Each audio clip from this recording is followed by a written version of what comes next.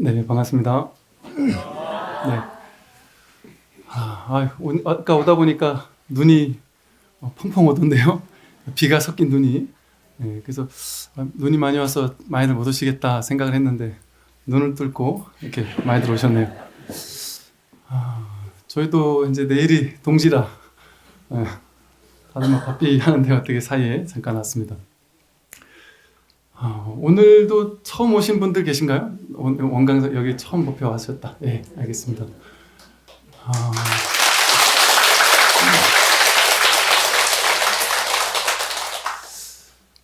아마도 이제 그 두 가지 정도 그 분들이 계신 것 같아요. 이 두 가지가 섞이기도 하셨겠지만 보니까 어떤 분들은 이제 본인이 너무 힘든 일이 있다 보니까, 그러니까 주로가 대부분 그렇습니다. 너무 힘든 일이 생겨서 그전에는 불교 큰 관심이 없다가 너무 괴롭다 보니까 이걸 어떻게든 해결은 해야 되겠는데 도저히 감당이 안 되는 괴로움이라 이걸 이제 해결하려고 뭐 여기저기 유튜브에서 이것도 보고 저것도 보고 뭐 막 이렇게 하다가 이렇게 인연이 돼가지고 이제 공부하신 분들이 계시더라고요. 그래서 그런 분들은 일단은 뭐 마음 공부는 마음 공부지만 지금 나한테 처해 있는 이 괴로움을 어떻게 하면 좀 해결할 수 있을까? 그래서 이 괴로움을 일단 좀 해결하고 좀 가볍게 주어진 삶을 좀 살았으면 좋겠다 이렇게 생각하시는 분도 계시고, 또 이제 그게 어느 정도 이제 그건 한 발 지나가셔서 이제 괴로운 일은 지나가서 이젠 내가 정말 이 근원적인 괴로움의 문제를 해결하고 가야 되겠다.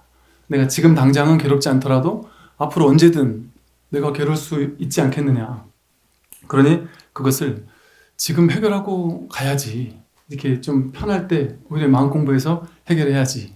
안 되겠다. 이렇게 마음을 내시는 분들도 의외로 많이 계신 것 같아요. 그런데 사실은 그 두 가지 길이 같은 길이라고 했습니다. 그 두 가지 길이 다른 길이 아니다. 서로 같은 길이다. 그래서 나의 괴로움의 문제를 해결할 때 이 삶의 어떤 의문이 해결되고 내가 앞으로 겪어야 할 다양한 괴로움의 문제들을 보다 쉽게 해결해 갈 수 있는 길이 열린다. 사실은 이 마음 공부를 뭐 그렇게 거창하게 막 깨달음, 뭐 석가모니 부처님처럼 해탈, 열반 뭐 이런 것까지는 뭐 굳이 그렇게 이렇게 막 거창한 얘기를 해야 되겠습니까? 제가 보니까 말이 우리 불교계 안에 쓰고 있는 다양한 이제 이 공부에 대한 말들이 많아요. 2500년이 이어오다 보니까 이 공부에 대한 뭐 워낙 아주 그 화려한 그 미사오구들 이런 이야기들이 너무 많다 보니까 우리가 이제 그 말에 걸려 넘어져서 2500년 동안 쌓아왔던 말에 전부 다 걸려 있어서 이게 참 너무 단순한 건데, 이것은 너무 단순하지만 너무 그 뭐랄까 전적인 것인데 두 가지 뭐랄까 아무것도 아닌 측면이 있고 전부인 측면이 있는데, 이 전부인 측면들이 너무 많이 이렇게 되다 보니까 이거를 지금은 너무 많이 뭐랄까 좀 그 2500년 동안 우리가 오염이 된 거죠. 우린 그걸 배워왔기 때문에 우리 머릿속에서도 오염이 되어 있어서 이 법을, 이 진실을 이야기를 해도 끝끝내 그럴 리가 없다 이렇게 생각하기 쉽고요. 혹은 이럴 수 있습니다. 그렇게 아무것도 아닌 그런 얘기를 하는 나는 당신한테 별 볼 일 없다. 나는 아주 신비롭고 뭔가 위대하고 이런 어떤 그 놀라운 난 법을 공부하겠다. 이제 이런 생각을 하는 사람들이 의외로 많이 있습니다. 왜냐하면 이 공부가 너무 뭐랄까 참 말에 오염이 많이 돼 있어요. 일단 하나하나 좀 살펴보자고요. 우리가 이제 처음에 태어나서 이제 아무것도 없이 왔어요. 이 세상에 아무것도 없이 이 세상에 왔고, 아마 여러분 자제분들이 아들 딸이 있을 때 여러분이 뭐 똑똑하고 뭐 능력이 있고 이런 거 하고 또 자식들이 그런 거하고는 또 좀 다를 수도 있잖아요. 아주 훌륭하신 뭐 이렇게 뭐 능력 있고 똑똑하신 분 밑에 좀 그렇지 못한 아이들이 있을 수 있고 또 반대도 있을 수 있고 그렇거든요. 아마 여러분들이 그 아이를 처음에 딱 낳았을 때, 그래서 이 아이가 처음 유치원을 가고 초등학교를 갈 때, 그때만 해도 얘가 공부를 잘할까? 얘가 학교에서 적응은 잘할까? 또 태어나기 전만 해도, 애가 응애하고 태어나기 전만 해도 얘가 어떻게 생겼을까? 아빠 엄마 닮아 이쁘고 잘생겼을까? 아니면 얼굴이 또 못나진 않았을까? 뭐 온갖 이제 완전히 가능성으로만 있는 것이죠. 즉 그때는 얘가 학교 가면 공부를 잘할지 못할지 모릅니다. 그리고 어떤 사람은 그냥 뭐 한 몸 건강하고 애들하고 사이 좋고 크게 사고만 안 쳐도 좋겠다 이렇게 생각하는 사람도 있을 수 있고, 그런데 그렇게 그냥 가능성으로만 존재하던 나라는 존재 혹은 내 자식이라는 존재가 이제 학교를 보내놨더니 애가 공부를 깜짝 놀랄 만큼 부모님이 생각을 못했는데 애가 공부를 너무 잘해요. 잘하면 이제 조금씩 이제 욕심이 커져가기 시작합니다. 야, 얘가 영재 같은데? 그러면서 이제 막 공부를 더 시키려고 하고, 막 학원도 더 보내고, 그래서 중학교, 고등학교, 대학교 좋은 데 가야 된다. 어느 정도 이상 가야 된다 하는 이제 머릿속에서 이렇게 집착, 욕심 이런 것들이 이제 개입되기 시작하죠. 근데 사실은 태어나기 이전에 그 아이가 어떻게 태어날지 몰랐던 것처럼 우리는 지금까지 살아오던 삶이 습이 되어서, 습의 업의 장애가 되어서 업장이 되어가지고 지금의 나를 나라고 믿고 있단 말이에요. 사실은 삶에서 경험을 통해서 학교에서 공부를 하던 경험을 통해서 성적이 그냥 썩 좋았던 경험이 있었다. 그러면 그냥 공부 잘하는 성적이 좋았던 거예요. 그런데 그럴 때 얘는 똑똑한 애야. 나는 똑똑한 사람이야. 남들보다 더 똑똑한 사람이야. 나는 남들보다 더 능력 있는 사람이야. 이런 식으로 이제 자기를 동일시하는 것들이 하나하나 늘어나기 시작해요.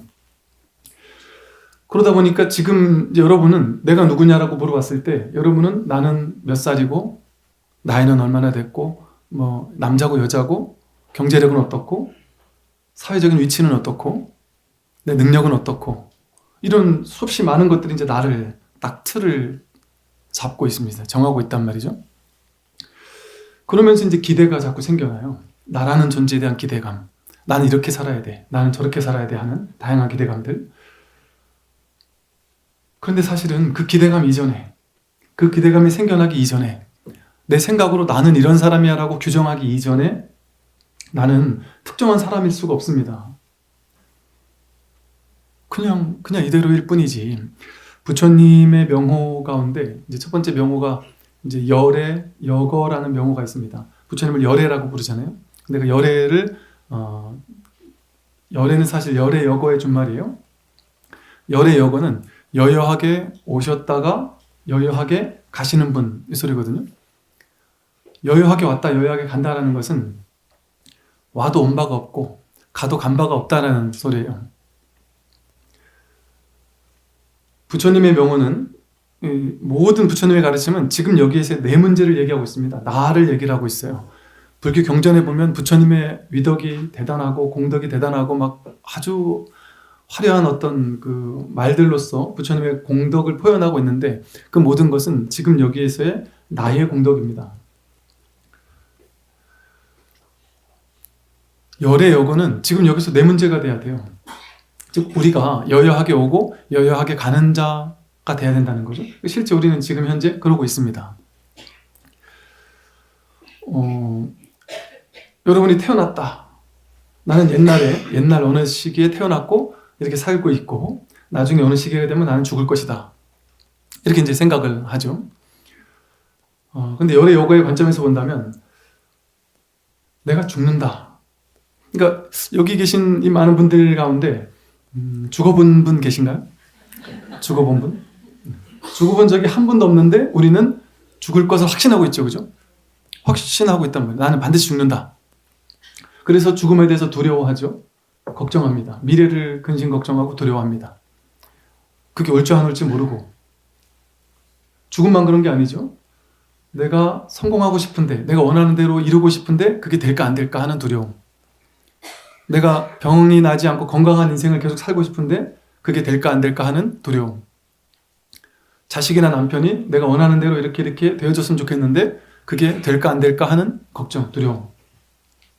그것이 옳지 안 옳지는 알 수 없는데도 불구하고 그러한 미래가 나에게 옳지 안 옳지 전혀 알 수 없습니다. 그럼에도 불구하고 우리는 그런 걱정을 사서 고생을 하는 거죠. 사실은 제가 이렇게 참 말을 하면서도 참 말이라는 것이 참 너무 제한된 것들을 전할 수밖에 없다 보니까 너무 참 안타까운 생각이 듭니다. 우리는 그냥 하루를 그냥 열애여고로 살고 있어요. 우리 나라는 존재만 여여하게 왔다가 여여하게 가는 것이 아니고 이 세상에 내 눈앞에 하루 종일 일어나고 있는 모든 일들이 전부 다 열애여고로 그냥 여여하게 왔다 여여하게 갑니다.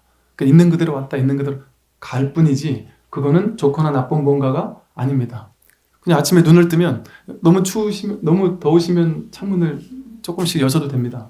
잠깐 열었다 닫으셔도 되고 잠깐 맞바람 쐬게 손 열으셨다가 닫으셔도 되고요. 편하게 하세요.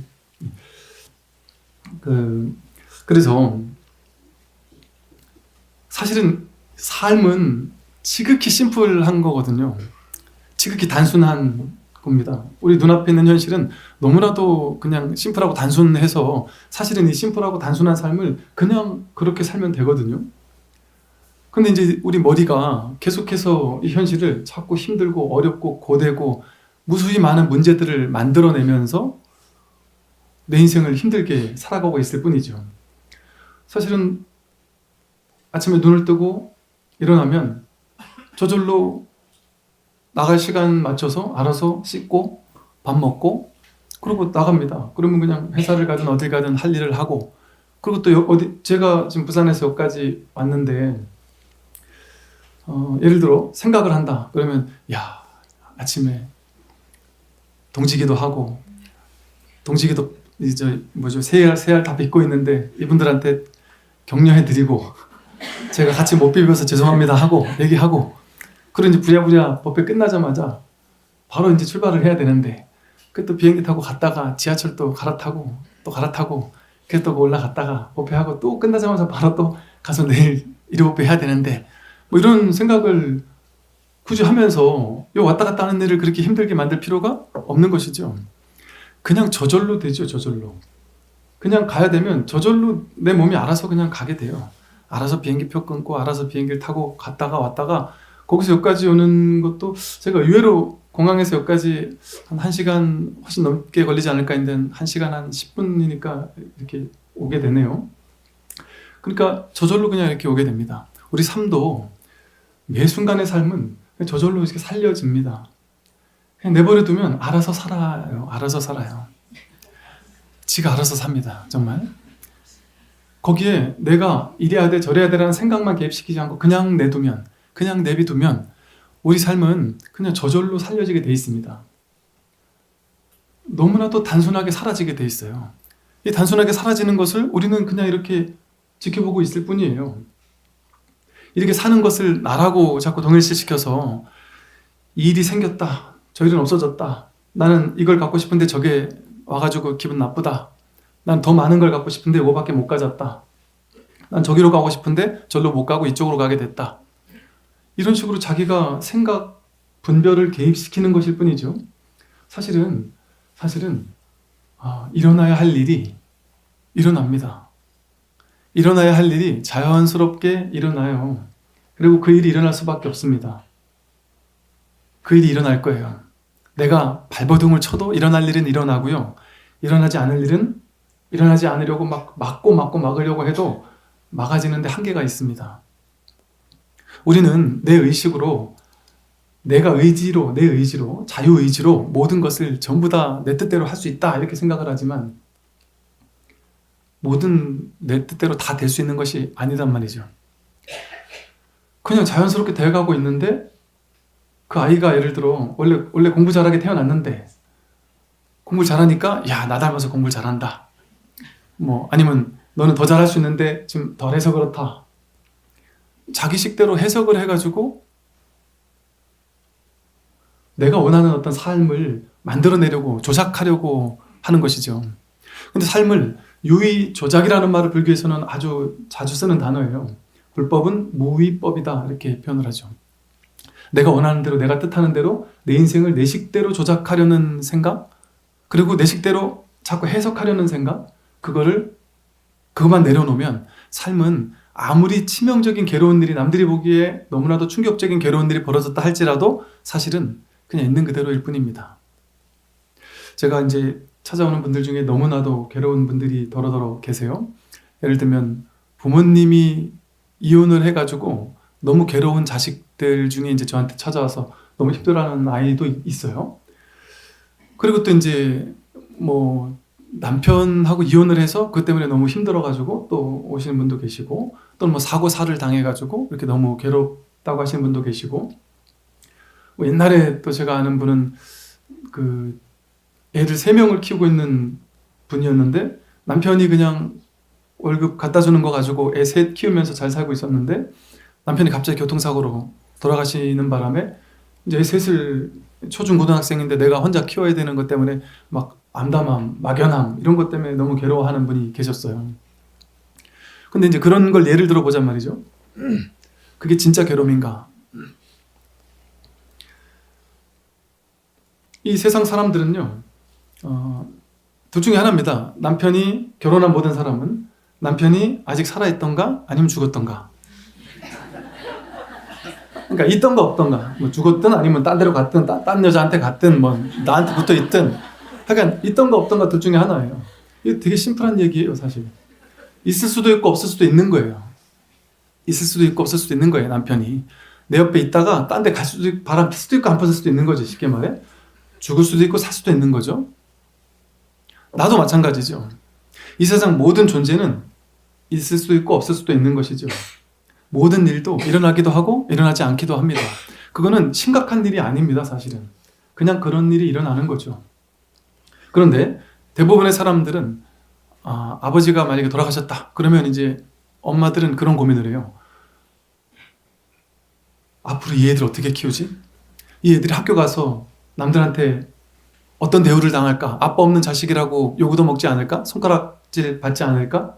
나도 힘든 일 생겼을 때 얘 아빠도 없는데 어떻게 얘네를 키울 수 있을까? 지레 이제 걱정이 되고, 내가 돈을 과연 벌어서 애들을 키울 수 있을까? 애들을 막 상처받지 않을까? 우리가 너무 괴롭지 않을까? 이런 생각들을 한단 말이죠. 물론 살다 보면 이제 외롭고 보고 싶고 가슴 아플 때 당연히 있을 수 있죠. 당연히 있을 수 있는데 우리는 그것이 일어날 수 있는 그 시점만 괴로우면 되는데, 늘 이 생각 때문에 사실은 남편이 없는 사람도 항상 눈앞에 있는 현실을 삽니다. 아침에 눈 뜨면 일어나야 되고, 그러면 세수하고 씻고 밥하고 애들 밥 줘서 학교 보내야 돼요. 그러고 나서 직장 가야 되면 직장 가면 되는 것이고, 이 생각으로 어떻게 살지 하는 근심 걱정을 내가 붙잡고 살려고 하지만 않는다면 사실은 눈앞에는 아무 일이 없습니다. 눈앞에 있는 한순간만 있을 뿐이에요. 예를 들어 이렇잖아요. 마음속에서 남편이 먼저 돌아가셨다. 그러면 이 아이를 내가 어떻게 키우나 하고 막 엄청난 근심 걱정이 있지만, 사실은 우리나라에 보면요, 뭐 기러기 아빠도 많죠. 뭐 어떤 분들은 그러더만요. 이렇게 뭐 주말 부부가 아니라 뭐 거의 뭐 월말 부부 내지는 한 격월말 부부 이런 분들이 계세요. 멀리 떨어져 있어가지고 집에 자주 못 가는 그런 부부들이 있어요. 꼭 불자분들이 그러시던데요. 그런 분들한테는 한 2달에 한 번 만난다고 하면은, 야, 너는 전생에 얼마나 복을 많이 졌길래 남편하고 그렇게 어쩌다 한 번씩 만날 수 있는 그런 복을 누리고 사느냐. 우스개로 그렇게 얘기하는 사람도 있단 말이죠. 그런데 기러기 아빠가 됐든 외국에 가 있는 아빠가 됐든 1년에 한 번, 6개월에 한 번 보는 아빠도 있고, 심지어 그것도 못 보는 부부들도 있어요. 그런데 이게 다 심리적인 문제라는 말이죠. 제 말은 아예 남편이, 어떤 분들은 이런 분도 있어요. 남편이 차라리 저놈 없는 게 차라리 낫다. 이것저것 남편이 해야 될 도리를 안 하니까 막 더 화가 나서 미치겠다. 차라리 없었으면 그러려니 하고 그냥 사는데 하고 막 더 화가 난다는 사람들도 있죠. 제가 이런 비유를 든 이유는, 이게 말도 안 되는 비유죠. 근데 이 말은 무슨 얘기냐면, 눈앞에 지금 눈앞에 그냥 이대로를 살 뿐입니다. 우리는 언제나 아무리 거대한 괴로움이 있어도 그 괴로움이 나를 항상 짓누를 것 같지만 항상 짓누르지 않습니다. 근데 눈앞에는 언제나 심심하고 당연한 이 평상심, 배고프면 그냥 밥을 먹어야 하는 그냥 이 당연한 하루, 눈앞에는 현실이 있을 뿐이에요. 아무리 그 괴로운 일이 있어도 지금 배고파 죽겠으면 어때요? 지금 밥 생각밖에 안 나요. 목이 마르면 뭐 남편이 어쩌고저쩌고 생각 안 납니다. 그냥 물 먹어야 될 생각밖에 안 납니다. 근데 우리는 미리부터 걱정, 근심을 붙잡고 하는 거죠. 이게 나중에 내가 늙어서 몸에 병이 나면 어쩌나? 죽으면 어쩌나? 죽고 나서 지옥 가지 않을까? 이런 오만 가지 생각들이 다 그런 생각들 아닙니까? 눈앞에 있는 지금 이 순간을 살면 되는데 이 가장 진실한 순간, 가장 진실한 순간입니다. 지금이. 다른 건 없어요. 과거도 없고 미래도 없습니다. 우리가 내 눈앞에 언제나 본유, 급유라는 말이 있는데 본래 있는 것만이 언제나 지금 있을 뿐이다. 언제나 눈앞에 있는 지금 이 순간, 이 진실밖에 없습니다. 사실은 눈앞에서 없으면 그게 있는 건지 없는 건지 알 수 없습니다. 우리가 볼 때 있는 거예요. 볼 때. 볼 때 있는 겁니다. 남편이 돌아가신 분이든 안 돌아가신 분이든 지금 내가 눈에 보고 있지 않다. 그러면 그거는 있는 게 아닙니다. 그냥 지금 이 순간밖에 없기 때문에. 지금 이 순간밖에 진실한 것은 없기 때문에.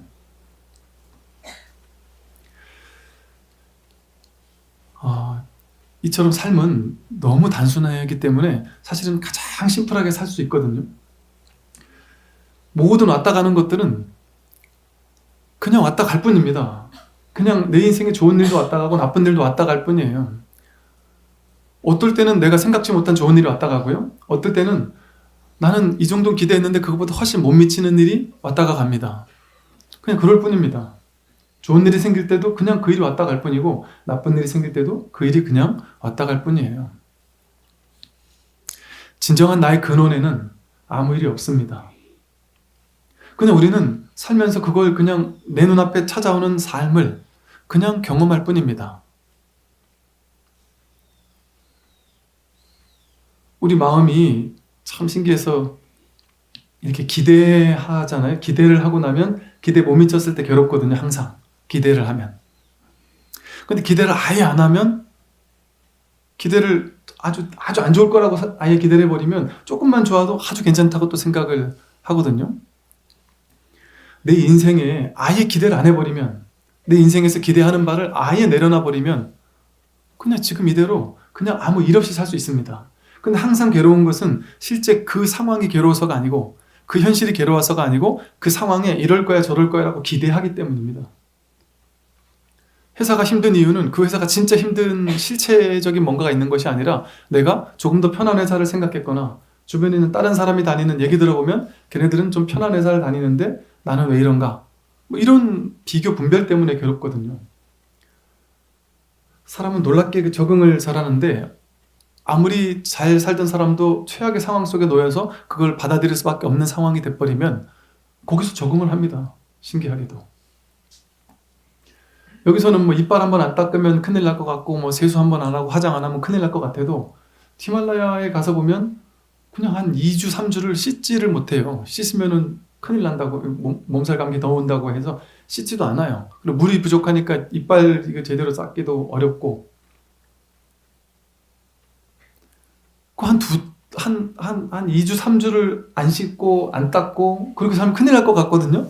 냄새 맡고 막 그럴 것 같은데 그냥 할만합니다. 좋아요. 근데 왜 너도 나도 뭐 그냥 다 그런 사람밖에 없으니까 뭐 다 서로 상관하지 않으니까 뭐 큰 신경 안 쓰고 사는 거죠.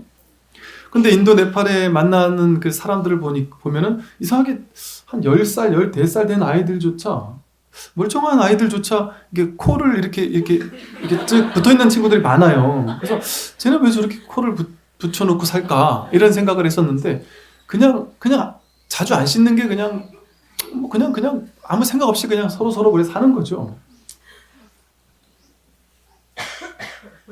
그러면 안 된다는 건 내 생각이죠, 그죠? 나는 반드시 이렇게 살아야 돼, 저렇게 살아야 돼, 하루라도 씻지 않으면 안 돼, 뭐 이렇게 하지 안 되고 저렇게 하지만 안 된다는 생각들. 가장 아름다운 것은, 가장 진리다운 것은 있는 이대로입니다. 내 눈앞에 벌어지는 이대로, 내 인생이 벌어지고 있는 이대로, 내 인생이 펼쳐지고 있는 지금 이 현실, 이게 가장 아름다운 삶이고 가장 완벽한 삶이고 가장 온전한 삶입니다. 여러분이 태어났는데, 마침 여러분이 태어났는데 이렇게 한국이라는 좋은 나라에 태어나서 이렇게 지금 여러분처럼 이렇게 행복하게 사니까 다행인데, 여러분이 태어났는데 어떻게 조금 잘못 태어나가지고 북한에 태어났거나, 군인들한테, 군인 생활하는 친구들한테, 야, 너희들은 그래도, 그래도 우리나라 태어났으니까 이렇게 2년도 안 되는 군 생활하고 전역하잖아. 월급도 한 50만 원씩 받으면서 맛있게 먹고, 요즘엔 윗사람이 아랫사람 괴롭히지도 않아요. 욕도 안 하고, 핸드폰 쓰고, 핸드폰 쓰면서부터 군대 집 떠나와 열차 타고 가 필요가 없어졌습니다. 이 핸드폰을 쓰면서부터 이제 군인 여자친구만 괴로워졌어요. 군인들이 매일 전화하니까 여자친구가 어디 친구들하고 술 한잔 마시러 나갈 수가 없는 거예요. 영상통화로 항상 확인하니까.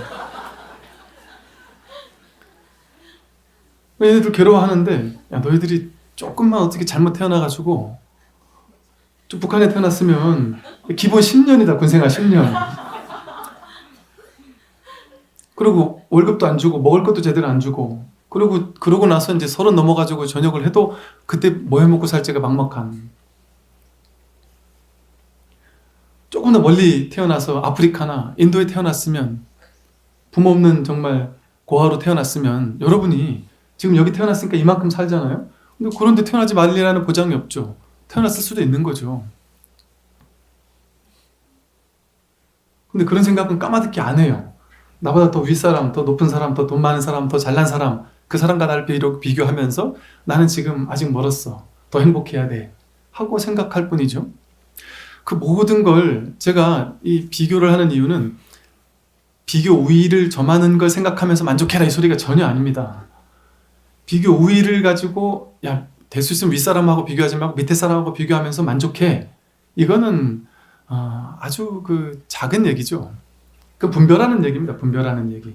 그래서 그거 가지고 행복할 수 있는 게 아니에요. 이 말의 본질은 뭐냐 하면, 위와 비교하든 아래와 비교하든 그건 분별일 뿐이다. 그 누구와도 분별할 필요가 없습니다.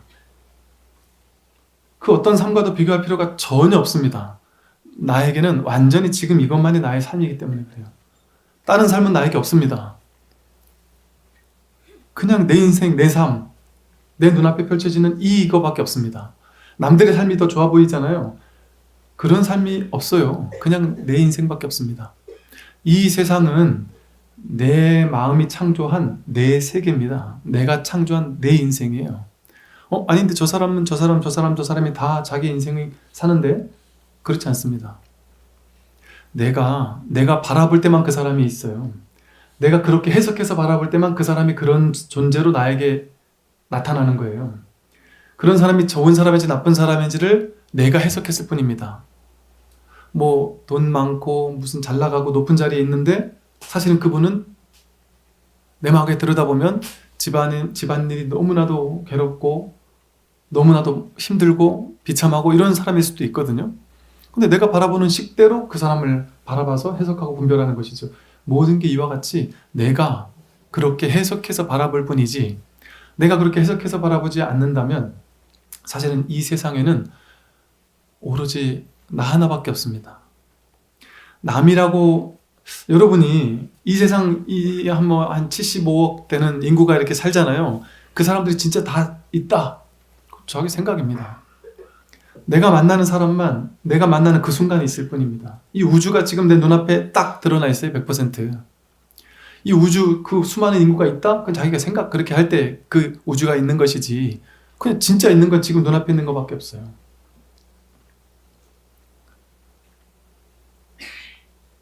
내가 볼 때 보이는 대상이 인연 따라 상대적으로 임시로 존재할 뿐입니다.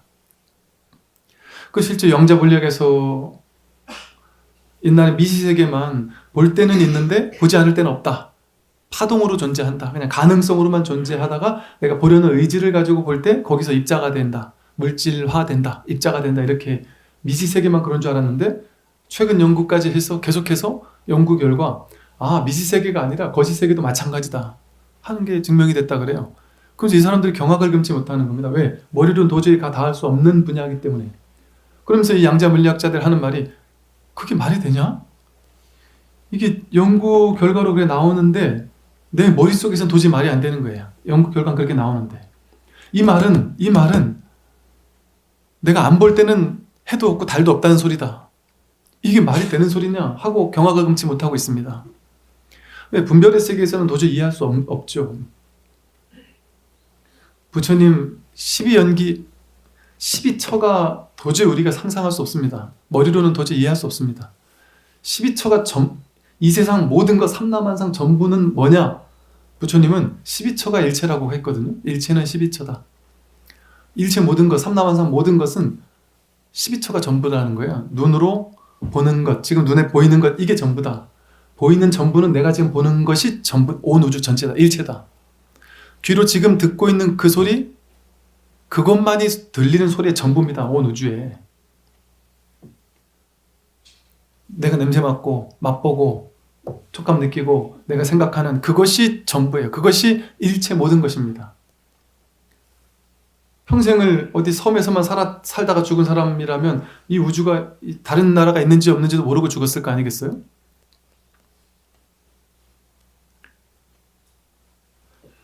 이 모든 것이 내 마음 안에서, 내 마음에서 연기한 것이거든요. 내가 만나는 그 존재들, 그 사람들은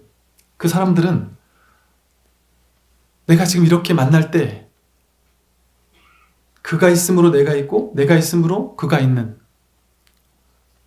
내 눈이 있으므로 보이는 것이 있고 보이는 것이 있으므로 내 눈이 있는, 둘이 아닌 인연관계, 연기관계 속에서만 그 존재가 지금 나타납니다.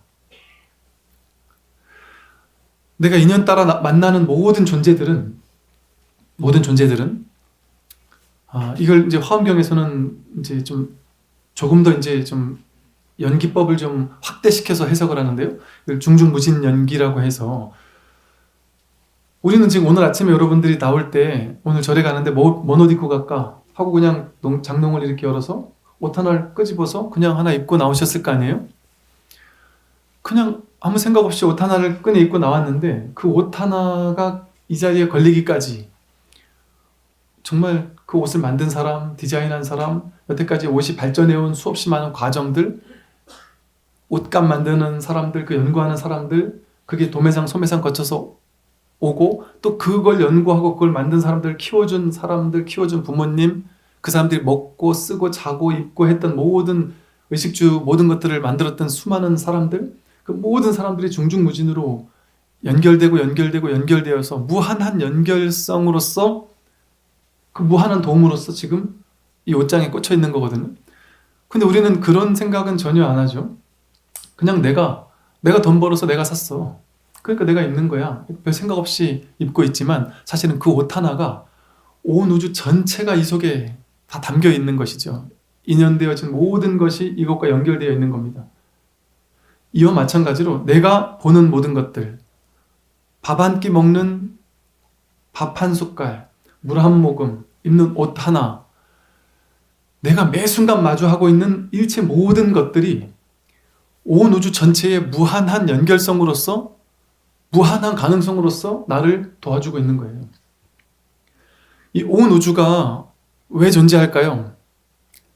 나를 이렇게 있게 하기 위해서, 내가 옷 하나 입게 하기 위해서 온 우주 전체가 이 옷이 이렇게 이 성능 좋은 옷을 입으려면 얼마나 그 옷의 역사가 옛날부터 원시시대부터 시작해서 얼마나 많은 옷의 역사가 시작되었을 거예요.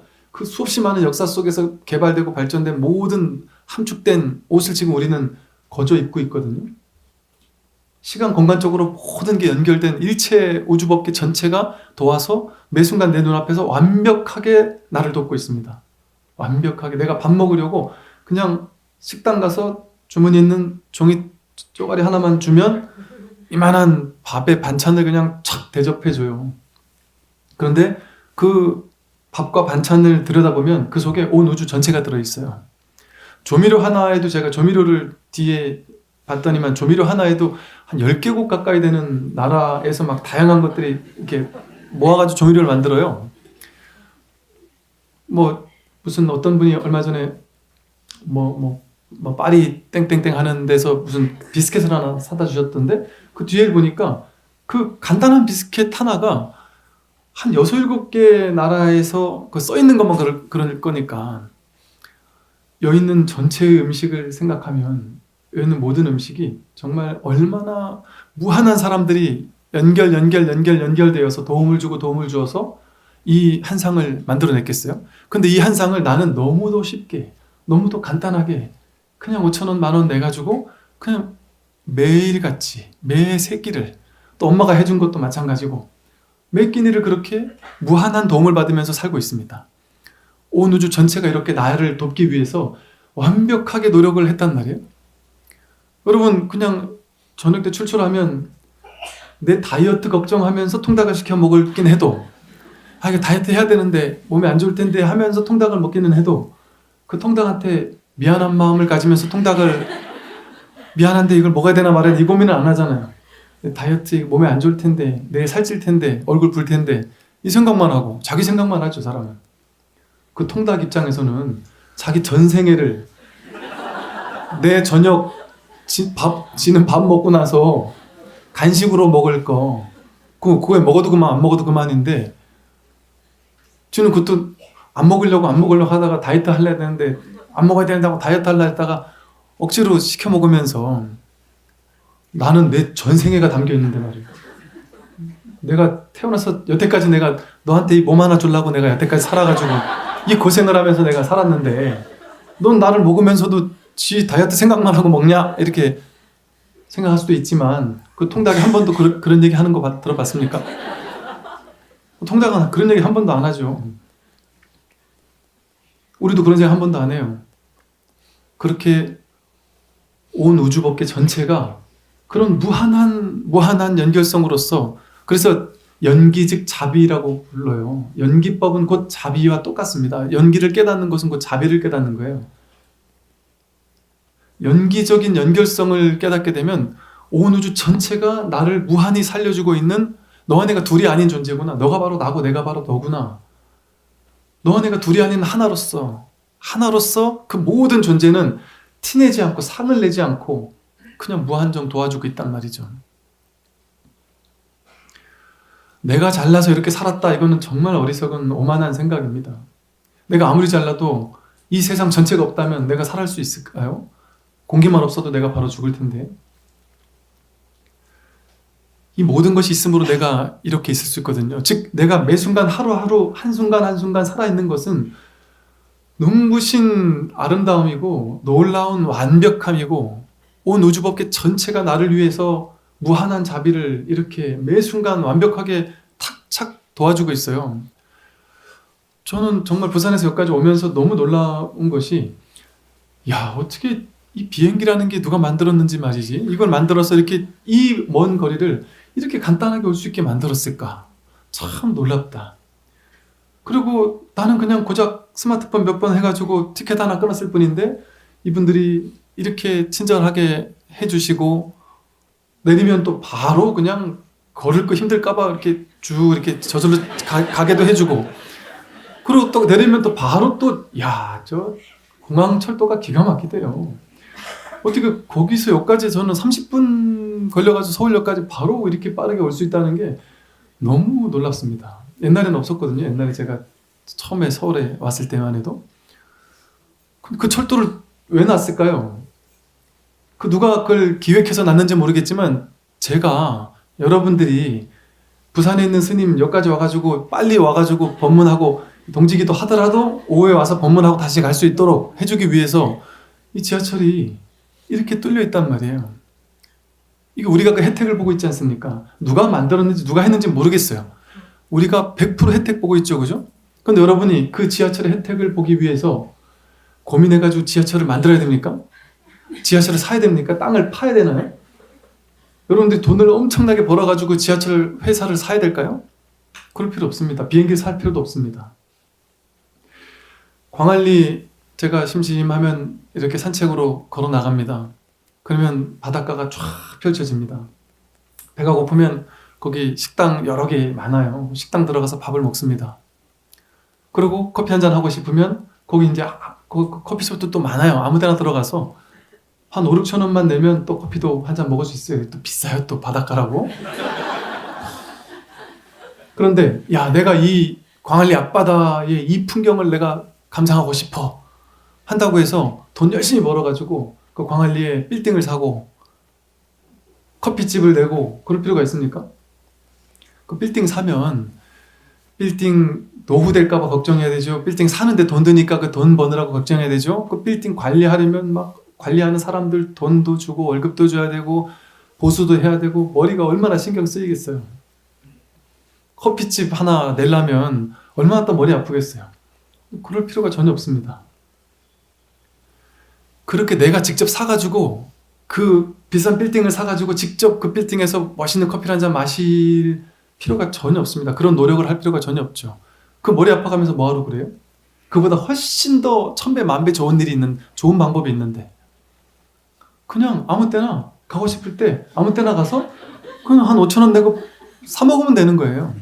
그러면 그 수천억짜리 혜택을 내 혼자 그냥 공짜로 심심할 때마다 받을 수 있습니다. 해외여행 가고 싶다고 뭐 대한항공을 살 필요가 없어요.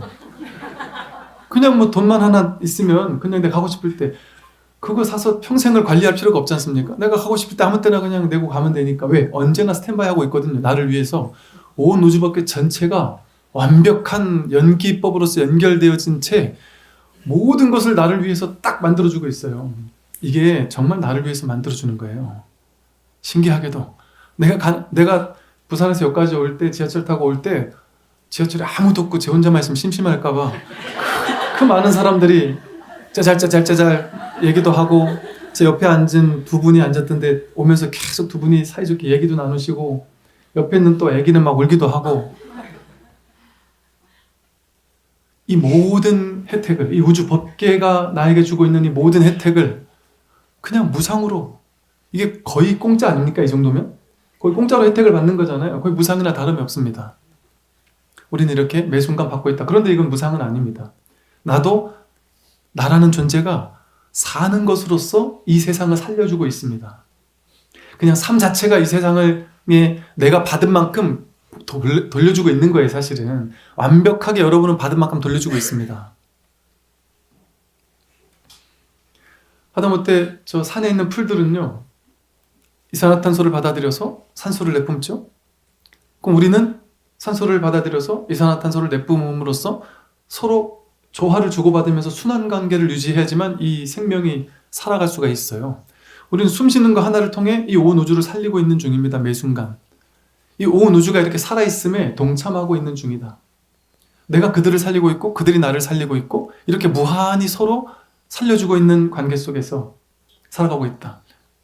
이 전체적인 연기법의 진실을 보면 너와 내가 둘일 수가 없습니다. 하나예요. 하나. 그래서 우리는 이렇게 완벽한 도움을 온 우주법계 전체에게 받고 있습니다. 근데 그런다고 해서 막 빚쟁이처럼 막 조마심 낼 필요도 없습니다. 이거 언젠가 갚아야 될 텐데. 어떤 사람은 야, 내가 다음 생에 가서라도 이걸 다 갚아야 될 텐데 이런 생각을 하는데 그런 생각할 필요 없습니다. 다음 생이 어디 있어요? 지금 이 순간 늘 갚고 있습니다. 우리 존재 자체로서. 조금 더 적극적으로 갚으려면 이런 연기법적인 지혜가 있으면 내가 좀 더 바르게 갚을 수 있겠죠? 근데 우리는 이런 연기법적인 지혜가 없으니까 이렇게 무한정 온 우주법계로부터 완벽한 도움을 받으면서도 물 한 모금 속에 온 우주 전체가 담겨있는 물 한 모금을 먹으면서도 그 놀라운 감동하면서 감사하면서 찬탄하면서 먹기는커녕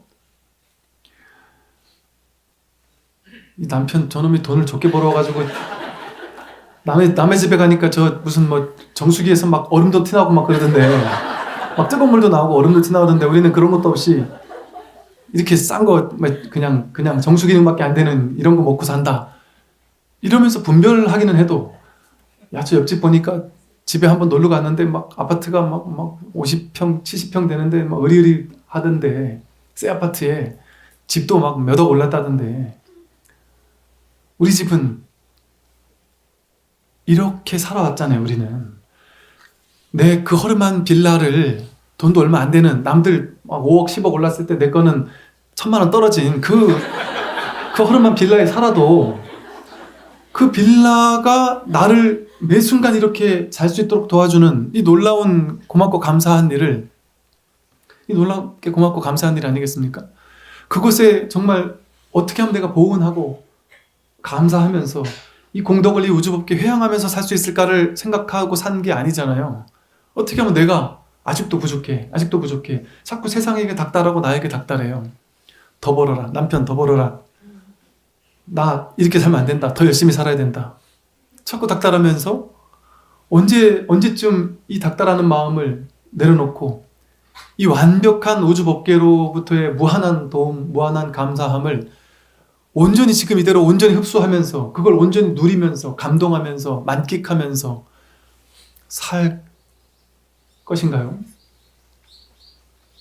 지금 당장에 저렇게 이 삭막해 보이는 서울 시내에 이 용산 한복판에 이 새소리가 이렇게 아름답게 들리잖아요? 저렇게 저 새소리를요 빈 마음으로 고요한 마음으로 그냥 가만히 듣고 있으면요 이 세상 그 어떤 음악보다 더 아름답습니다. 여러분들 어디 산을 좋아하는 분들 같으면 뭐 지리산이나 설악산이나 정상에 올라가서 해 뜨는 걸 바라보면서 너무나도 큰 감동을 느껴본 적이 있으실 거예요. 너무나도 정말 특히나 지리산이나 히말라야 같은 데 가면 사람들이 훨씬 더 감동을 느끼는 이유는요 갔다가 내려오면 오늘 아침에 갔다 저녁 때 내려오면 갈 때 빨리 가고 싶어서 막 가다가 또 도착하면 빨리 집에 갈 거 걱정하거든요. 그러니까 생각이 산에 온전히 있지를 못하고 있을 확률이 높은데 지리산 종주를 하게 되면 한 3일, 4일은 그냥 산에서 어차피 보내야 된다는 생각으로 세속 생각은 탁 내려놓고 그냥 딱 가게 돼 있어요. 첫째 날부터 그냥 며칠은 산에 있는다 하는 마음으로 가니까 저절로 명상이 돼요. 저절로 그냥 산을 온전히 경험하게 되고 온전히 누리게 되고 온전히 만끽하게 됩니다. 그러니까 여러분 나도 모르게 자꾸 여행 가고 싶잖아요. 막 외국도 가고 싶고 하게 이게 막 외국 가고 싶어 안달난 게 아니라 일상을 잠시 놔할 수 있어서 그래요. 일상을 잠시 놓고 그걸 온전히 감상할 수 있어서 그래요. 광안리 앞바다에 가면요 막 서울, 대전, 대구, 부산 뭐 여기저기 지방에서 부산이 또 거기가 수도예요. 부산 사람은 거기 있는 사람들, 도시 사람들이 보기에는 서울 촌놈들이 부산에 오면은 막 눈이 동그래져 가지고 바닷가를 막 감동하고 감상한다는 거죠. 근데 부산 사람은 그냥 맨날 보니까 좀 그렇게까지 깊이 못 느낄 수 있겠죠. 이것처럼 우리는 사실 매 순간 놀라운 이 대자연의 아름다움이 완벽하게 우리 주변에 있습니다. 참 제가 그 20대 때 제비꽃을 바라보면서 놀라웠던 이야기를 했었는데 그 이후로는 매 순간 고개 들어 하늘을 바라봐도 고개 들어 삭막한 도심에서라도 나무 한 그루를 내가 바라보더라도 앙상한 겨울의 나뭇가지를 바라보더라도 저 멀리 있는 북한산을 이렇게 바라보기만 하더라도 아주 깊은 위안 같은 깊은 평화 이런 것들을 곧장 느껴집니다. 내 인생은 이래야 돼 저래야 돼 아직도 부족해 더 많이 벌어야 돼 더 많이 가져야 돼 내가 뜻하는 바대로 내 인생은 펼쳐져야 돼 하는 생각만 없으면 지금 나에게 오는 것은 그것이 가장 완전한 것으로서 옵니다. 지금 내가 아무리 집착하고 좋아하는 것일지라도 그 지금 떠나가고 있다면 그건 완벽한 타이밍에 나에게서 떠나가고 있습니다. 그거를 결코 잡을 수가 없어요. 잡아서는 안 됩니다. 그걸 허용해 줘야 됩니다. 왜? 그건 저마다의 시절 인연 따라 지가 알아서 왔다 알아서 가기 때문입니다. 돈도 내가 돈을 벌었다? 이건 어리석은 생각이에요. 돈이 시절 인연 따라 왔다 인연 따라 갑니다. 그냥. 그러면 부처님께서 말씀하신 것처럼 열애여거 여여하게 오고 여여하게 가도록 내버려 둬야 된다는 거죠. 근데 우리는 오문 이건 좋은 거고 저건 나쁜 거야 분별해 놓고 좋은 건 더 가져야 돼. 더 와라 이러고 가면 너는 내가 좋아하는 건데 왜 가? 가면 안 돼. 이래서 못 가게 막 집착해서 붙잡으려고 한단 말이죠. 열의 여거가 안 되죠. 근데 여러분이 지금 이 자리에서 바로 부처가 될 수 있습니다. 바로 깨달을 수 있습니다. 열의 여거만 하면 돼요. 오는 것을 오케이 내버려 둡니다. 이만큼 오도록 내버려 둡니다. 더 많이 오라고 애쓰지 않고 왜 올 게 안 왔니 하지도 않고 그냥 올만 하니까 올 때가 되니까 인연 따라 왔구나 하고 오케이 내버려 둡니다. 그것이 떠나갈 때 그것이 떠나갈 때가 되어서 떠나가는구나 하고 내버려 둡니다. 내가 좋아하는 무언가가 내 인생에 등장했을 때 그게 언제 갈지 모른다라는 사실을 온전히 허용해 줍니다. 언제 갈지 몰라요. 오늘 갈지 내일 갈지 모레 갈지 언제 갈지 몰라요. 그런데 100% 확실한 건 반드시 가고야 만다는 사실. 그게 먼저 가든 내가 먼저 가든 반드시 헤어지고 반드시 떠나갈 수밖에 없다는 사실은 분명 명명백백하거든요. 그런 명명백백한 걸 진리라고 해요. 그럼 진리를 생사법, 생겨나고 사라지는 모든 것들은 생겨난 모든 것들은 반드시 사라진다는 걸 진리라고 하잖아요. 재행무상. 반드시 간다. 근데 잠깐 온 걸 가지고 인연 따라 잠깐 온 걸 가지고 내 거야. 내 몸이야. 나야. 내 돈이야. 내 집이야. 내 차야. 내 사람이야. 내 사랑이야. 내 자식이야. 이건 열의 여고를 모르는 겁니다. 불생불멸을 모르는 거죠. 그러니까 생멸심에 사로잡혀서 거래, 대소, 장단 이런 분별에 사로잡혀서 그게 진짜라고 허망한 착각을 일으키는 것이죠. 그러니까 이 아침부터 저녁 때까지 내 눈앞에 매 순간 놀라운 이 온 우주 전체가 비스켓으로 놔두어서 나를 먹게 해주고 물 한 모금으로 놔두어서 나를 갈증을 해소해주고 사실은 보세요. 이 아무것도 아니 물 한 모금 먹는 건 너무 아무것도 아니잖아요. 동네 아무 데나 가서 물 한 모금 달라면 물 그냥 누구나 다 줘요. 그런데 여러분 1000억은 있어도 살고 없어도 살아요. 뭐 20억 30억 되는 아파트 그거 있어도 살고 없어도 살아요. 30억 되는 아파트에 사나. 그러니까 똑같은 30평 아파트인데 서울 강남 요지에 있는 뭐 좋은 아파트 예를 들어 30억 한다. 거기 누워 자나. 저 강원도 양구에 있는 어디 저 허름에서 주인도 다 떠나가가지고 허름한 집이라 아무도 살지 않아서 그냥 땅값만 몇천만 원 들여서 그냥 가 사나. 양구에서 사는 게 비참하고 여기서 사는 거는 대단한 부자다? 그 자기 생각이죠. 근데 오히려 그 반대죠. 반대죠. 제가 이렇게 여기 2층에 용산 시내 한복판에 2층 저기 주지실이 저 2층이었거든요. 더구나 여기는 리모델링을 제가 있을 때 막 해가지고 리모델링 하는 그 냄새도 막 나고 그러면서 2층에 이렇게 있고 보일러 틀고 가니까 너무 건조해서 좀 고생을 많이 했어요. 눈도 많이 아프고 막 너무 좀 힘들었어요. 겨울엔 특히.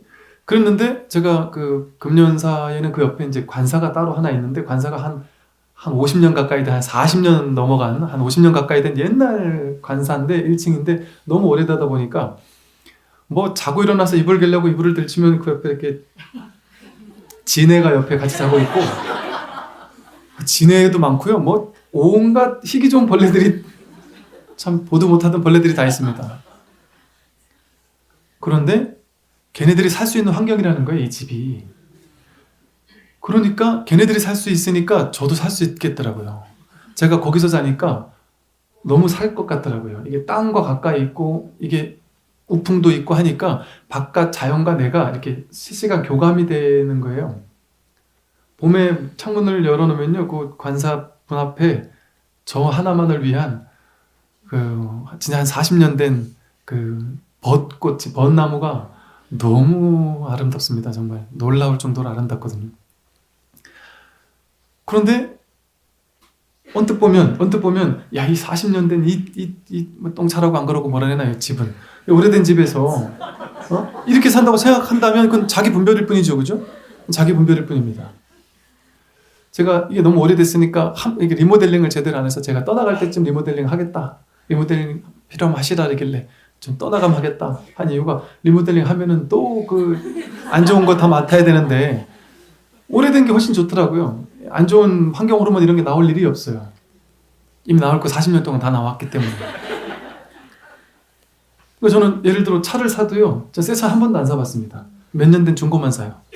그러니까 제가 이제 옛날에 뭐 환경을 전공한 것도 있지만 그런 것 때문이 아니라 제가 또 이렇게 막 눈도 안 좋고 이게 비염도 오랫동안 있고 막 이러니까 예민하더라고요. 그런데 새 차를 사면 안 좋아요. 오래된 차 사람들 막 타던 차 타면 이거 그냥 괜찮아요, 좀 더. 그런데 예를 들어 머릿속에서 야, 내가 돈이 없어서 비참하게 나는 새 차도 못 사. 이런 생각을 하면서 중고차 사는 사람이 너무 자신이 가난한 걸 한탄하고 있다. 그런 사람도 있을 수 있겠죠, 그죠? 그러니까 세상은 뭐겠습니까? 전부 다 자기 생각입니다. 자기 생각을 가지고 자기가 지금 잘났니 못났니 잘 사니 못 사니 이렇게 분별하고 있는 거예요. 주상 복합 아파트 50층에 살면 30억은 하겠지만 그 사시는 분이 저한테 그 얘기를 하시대요. 와, 여기는 막 살 수가 없다. 막 여름에 나갔다 들어오면 온 천지가 찜질방이래요, 찜질방. 그래서 에어컨을 안 틀면 살 수가 없대, 한순간에 에어컨을 안 틀면. 그럼 그 50평, 70평 된 아파트를 에어컨 돌리는 것만도 돈이 얼마나 되겠어요. 뭐 관리비가 뭐 한 80만 원 뭐 이렇게 나온다고 그러고. 그 나쁘다는 얘기가 아니고 있으면 있는 대로 그 누리면 살면 됩니다. 누리면 살면 되고, 그러나 남들과 비교할 필요가 전혀 없습니다. 우리는 어리석게 비교하면서 내가 괴롭다라는 망상을 가지고 비교하면서 비참하게 살 필요가 요만큼도 없습니다. 왜냐하면 그거 아니더라도 아까 말씀드린 것처럼 물 한 모금이 더 소중해요. 빌딩보다. 빌딩에 있어도 그만 없어도 그만이에요. 서울 뭐 강남에 아파트는 있어도 그만 없어도 그만이에요. 그런데 물 한 모금은 없으면 죽습니다. 공기는 없으면 죽습니다. 너무너무 생명과 직결된 거예요. 예를 들어 여러분 지금 한 줌의 공기가 없어서 여러분 숨을 못 쉬게 만들기를 한 5분만 딱 했어요. 그러면 5분 후에 이제 곧 죽는 거죠, 이제. 그럼 5분 후에 그 사람한테 야, 너 소유로 있는 저 강남의 아파트 30억짜리 아파트 나 줄래? 그러면 내가 공기 줄게. 그러면 줄 거야, 안 줄 거예요? 바로 주죠. 30억짜리 아파트가 뭐 필요하겠습니까? 바로 주죠. 제가 저 설악산 갔다가 한여름에 설악산에 갔다가 그 물을 뭐 챙겨가서 거의 막 죽었다 살아났다고 했었잖아요. 그렇게 죽을 것 같이 목마를 때는 물 한 모금 준다면 제가 뭔들 못하겠습니까? 뭔들 못하겠어요. 다 하죠. 그러니까 사실은 여러분이 늘 100% 완벽하게 공짜로 주어져 있는 것들 있잖아요. 그거는 강남의 30억 아파트보다 1000배, 10,000배 더 중요한 거예요. 1000배, 10,000배. 지금 말기 암 판정을 받고 죽을 거라 생각해 보세요. 교통사고나 죽을 거라 생각해 보세요. 그게 뭐가 그렇게 중요하겠습니까? 내 평생을 벌려고, 그거 가지려고 살아왔는데, 그 자리에 올라가려고 살아왔는데, 그것이 그 자리가 내가 그런 사람이 되려고 살아왔는데, 자식을 그렇게 키우려고 살아왔는데, 자식을 서울대 보내서 이렇게 하려고 살아왔는데, 그 자식이, 제가 아는 친구 중에 서울대에 다니는 친구가 본인이 정말 죽을 것 같이 괴롭다. 너무너무 죽을 것 같이 괴롭다. 그런데 저만 괴로운 게 아니라 내 주변에 보면 죽을 것처럼 괴로워하는 정말 이상한 친구들이 꽤 많다.